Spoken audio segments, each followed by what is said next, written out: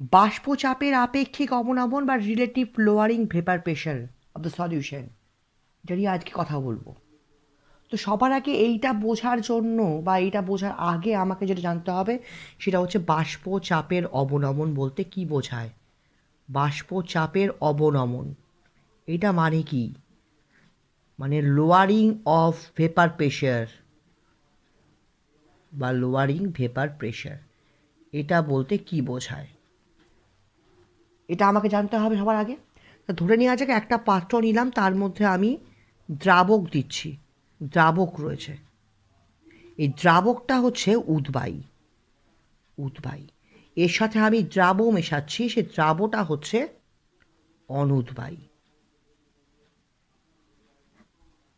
তাহলে যখন বিশুদ্ধ দ্রাবক ছিল তখন দ্রাবকের মুক্ত পৃষ্ঠতল থেকে দ্রাবকের অণুগুলো সরাসরি বাষ্পে পরিণত হতে পারছে। যখনই দ্রাবকের সঙ্গে আমি দ্রাব যোগ করছি, অবশ্যই অনুদ্বায়ী দ্রাব, সেই দ্রাবের অণুগুলো তার বাষ্পে পরিণত হতে পারছে না, কারণ দ্রাবটা অনুদ্বায়ী, দ্রাবকটা উদ্বায়ী। তাই শুধুমাত্র মুক্ত পৃষ্ঠতলে যেটা রয়েছে সে দ্রাবক আর দ্রাব দুটোই রয়েছে। এখন মুক্ত পৃষ্ঠতলে, দ্রবণের মুক্ত পৃষ্ঠতলে দ্রাবকের পরিমাণ তো কমে গেছে দ্রবণের ক্ষেত্রে, তাই তো? দ্রবণের ক্ষেত্রে যেহেতু দ্রাবকের অণুর সংখ্যা কমে গেছে, তখন শুধুমাত্র কম সংখ্যক দ্রাবক অণুগুলোই বাষ্পে পরিণত হতে পারবে। ঠিক আছে, যেহেতু এই কম সংখ্যক দ্রাবকের অণু বাষ্পে পরিণত হচ্ছে, অর্থাৎ বাষ্পের পরিমাণ কমে যাচ্ছে দ্রবণের ক্ষেত্রে। বিশুদ্ধ দ্রাবকে সবটাই দ্রাবক ছিল, কি যখন দ্রবণ তৈরি করছি তার সাথে দ্রাবক আর দ্রাব মিশে যাচ্ছে, তাই দ্রবণের মুক্ত পৃষ্ঠে দ্রাবকের পরিমাণ কম হচ্ছে, আর দ্রাবকের পরিমাণ কম হওয়ার জন্যই বাষ্পের পরিমাণটাও কমে যাচ্ছে, কারণ শুধুমাত্র দ্রাবকের অণুগুলি বাষ্পে রূপান্তরিত হচ্ছে। তাহলে দ্রবণে উৎপন্ন বাষ্পের পরিমাণ কম, বাষ্পের পরিমাণ কম, শুধু বাষ্পের পরিমাণ কম একথা থেকেই আমি বলতে পারি তাহলে দ্রবণে বাষ্প চাপও কমে যাচ্ছে, বাষ্প চাপ কমে যাচ্ছে, অর্থাৎ বাষ্পচাপে অবনমন বলতে আমি কি বলতে পারি? বিশুদ্ধ দ্রাবকের বাষ্পচাপ মাইনাস দ্রবণের বাষ্পচাপ। বিশুদ্ধ দ্রাবকের বাষ্পচাপ, যেটাকে আমরা P0 দিয়ে ডিনোট করছি, মাইনাস দ্রবণের বাষ্পচাপ, যেটাকে আমরা P দিয়ে ডিনোট করছি। দ্যাটস দ্য বাষ্পচাপের অবনমন বা লোয়ারিং ভেপার প্রেশার। বাট আমরা কি জানবো বাষ্পচাপের আপেক্ষিক অবনমন মানে বিশুদ্ধ দ্রাবকের সাপেক্ষে বলতে হবে এই অবনমনটাকে। অর্থাৎ যখন বাষ্পচাপের আপেক্ষিক অবনমন বলবো, বাষ্পচাপের আপেক্ষিক অবনমন কথাটি আসবে তখন বলতে হয় বাষ্পচাপের অবনমন, বাষ্পচাপের অবনমন কার সাপেক্ষে বলতে হবে? বিশুদ্ধ দ্রাবকের সাপেক্ষে, বাই বিশুদ্ধ দ্রাবকের বাষ্পচাপ, বিশুদ্ধ দ্রাবকের বাষ্পচাপ। অর্থাৎ আমি বলতে পারি P0 minus P by P0, এটাই হচ্ছে বাষ্পচাপের আপেক্ষিক অবনমনের expression. P0 minus P, that's the বাষ্পচাপের অবনমন বাই বিশুদ্ধ দ্রাবকের বাষ্পচাপ, সেটা হচ্ছে P0। ওকে, এইবার এই সংক্রান্ত একটা রাউল্টের সূত্র রয়েছে, এই সংক্রান্ত রাউল্টের সূত্র। তো আমরা সেই সূত্র নিয়ে আলোচনা করব। রাউল্টের সূত্র, বাষ্পচাপের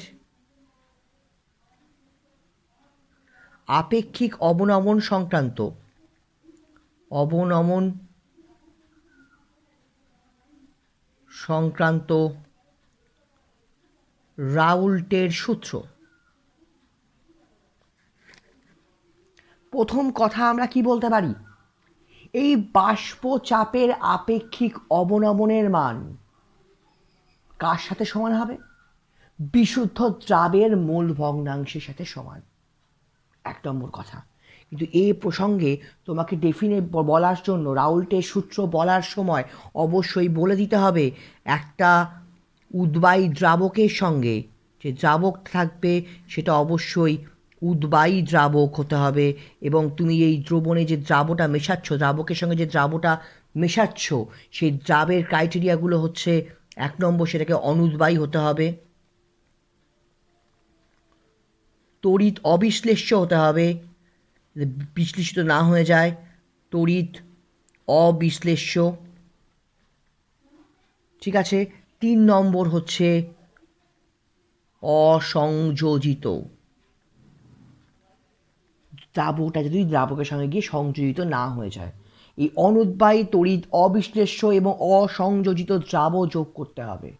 এই দ্রাব যোগ করার পর এই দ্রবণ তৈরি হচ্ছে, সেই দ্রবণের বাষ্পচাপের আপেক্ষিক অবনমনের মান, বাষ্পচাপের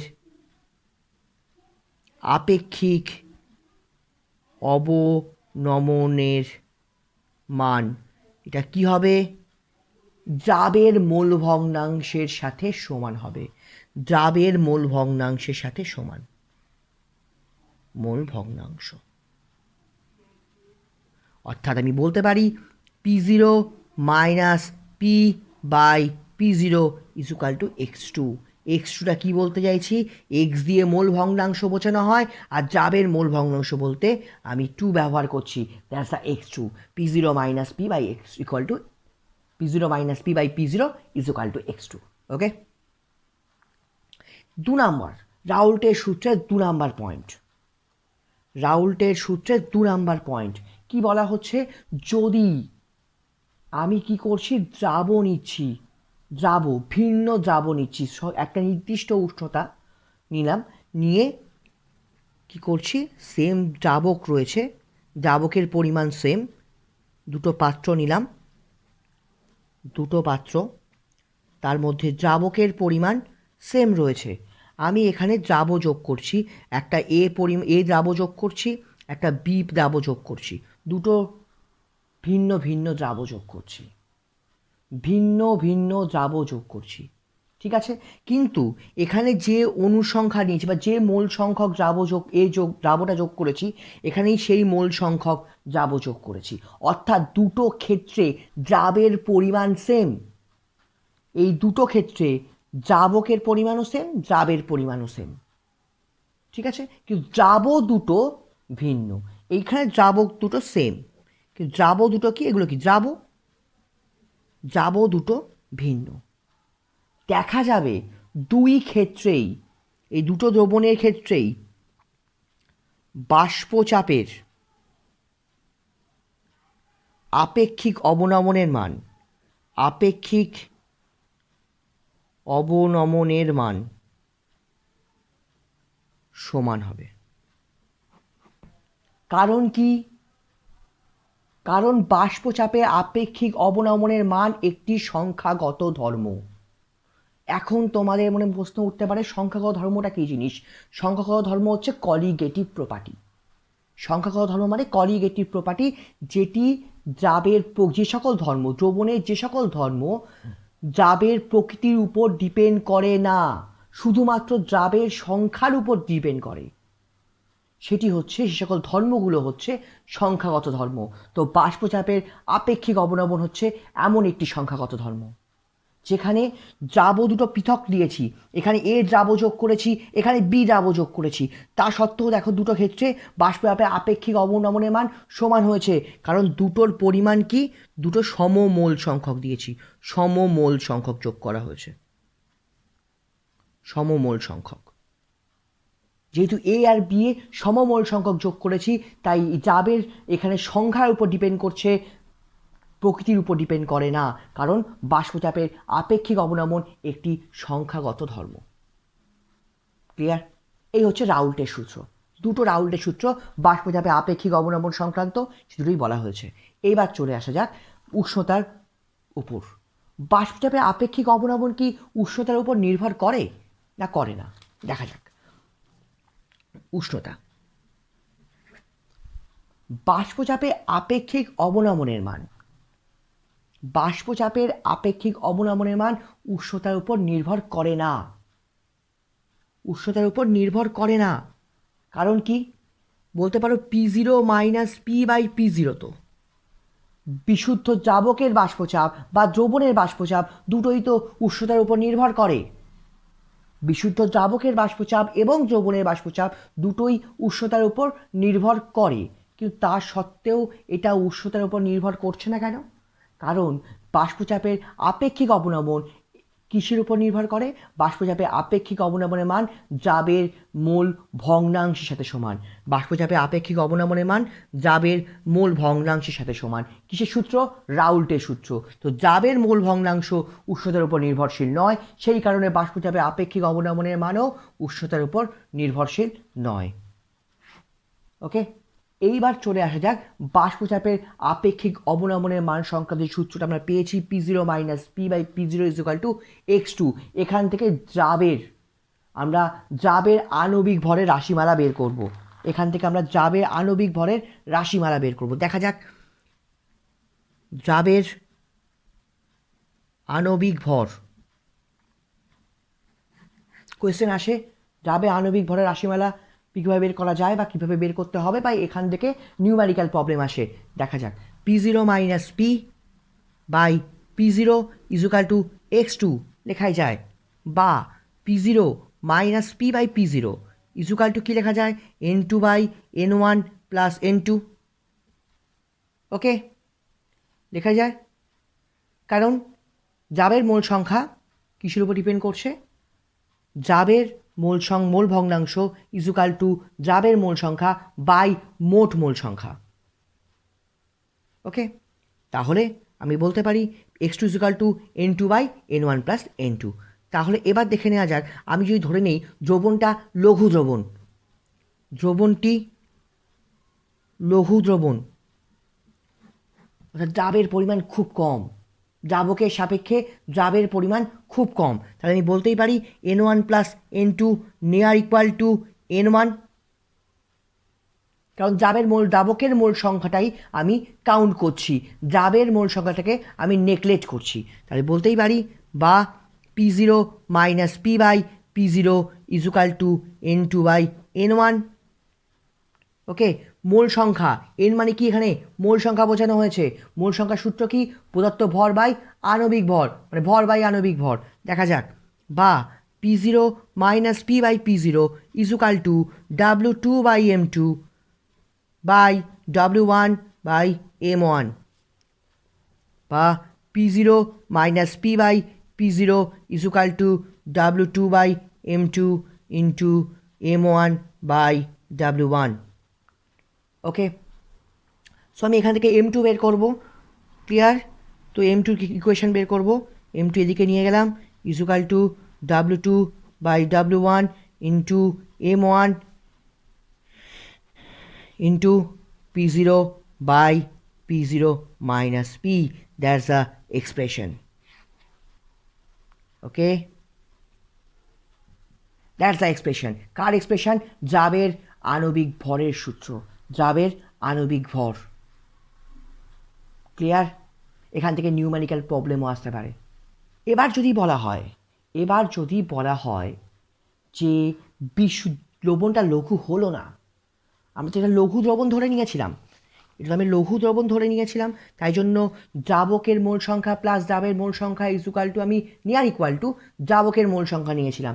যদি আমি বলে নিই দ্রবণটা লঘু নয়, তাহলে কি হবে? আবার করছি, সেক্ষেত্রে P0 minus P/P0 equal to x2। That's why P0 minus P/P0 similarly N2/N1 plus N2। P0 minus, উল্টে দিচ্ছি, আমি এটাকে উল্টে দিচ্ছি, P0/P0 minus P equal to N1 plus N2/N2, মানে P0/P0 minus P equal to N1/N2 plus 1।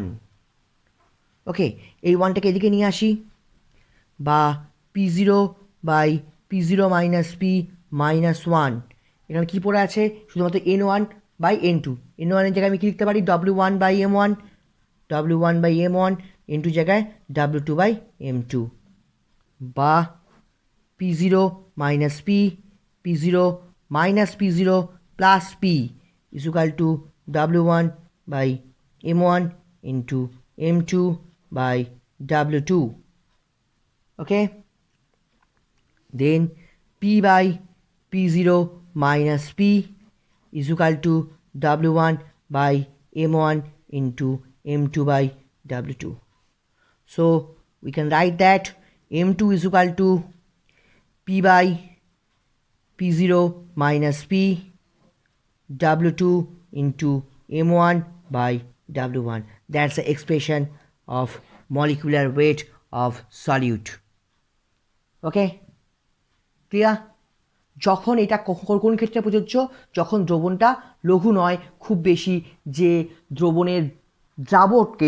দ্রাবের মোল সংখ্যাকে আমি neglect করে দেব, সেক্ষেত্রে এই সূত্রটি প্রযোজ্য। ওকে, ক্লিয়ার?